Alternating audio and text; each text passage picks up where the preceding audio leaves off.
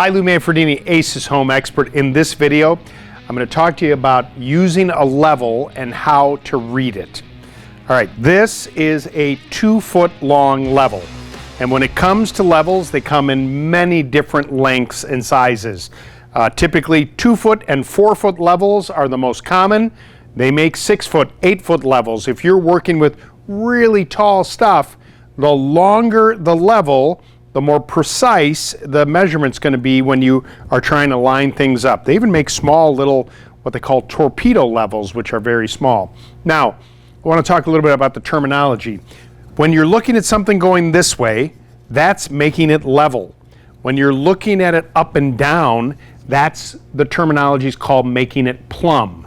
So if I hold this level up right here like this, you'll see that there's two vials. There's one at the top and one at the bottom. And there's two little marks on that vial and an air bubble in the middle. When that air bubble is precisely in the middle of those two lines, it's plumb. Now when I turn this onto its side like this, lay it on the table, same thing. There's a vial in the center, two little lines, and if that vial is dead center between those two lines, it's now level.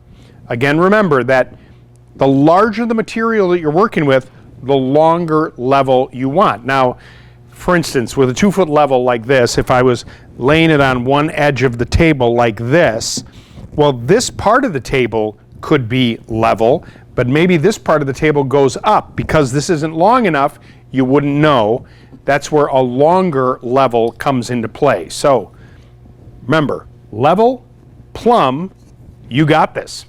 Coming up next, a video with more technology, how to use a laser level.